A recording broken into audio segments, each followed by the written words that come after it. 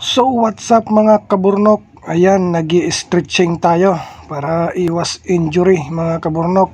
So tara, panoorin natin yung video ko.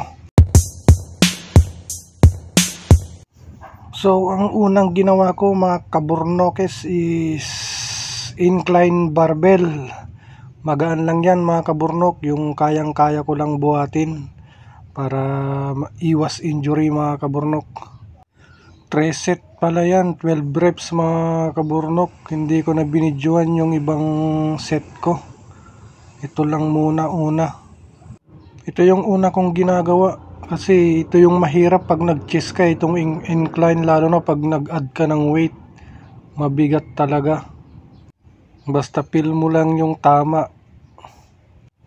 Ayan, medyo nangangalay na ako dyan. Medyo patigil-tigil na.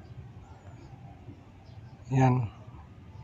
Then next natin mga idol is incline dumbbell. Yan, magaan din lang yan mga idol. Yan naman 4 set and 12 reps ang ginawa ko dyan mga idol. Kasi medyo magaan.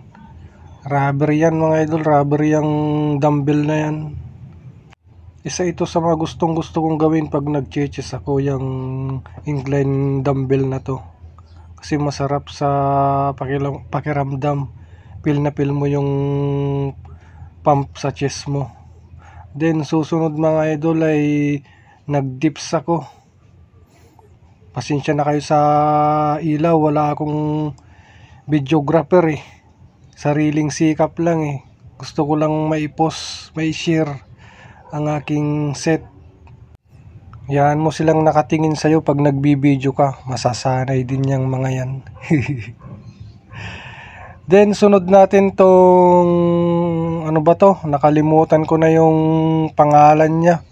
Pa-ID naman sa comment section mga idol kung anong pangalan nito. Pero ang tama sa akin yan, dun sa front delt, then upper chest.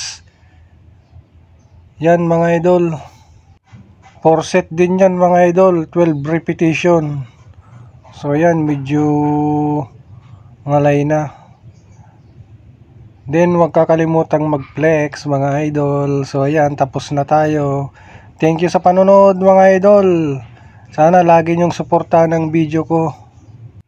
Salamat sa mga nagpa-follow, nagre-react. Welcome kayong lahat. God bless.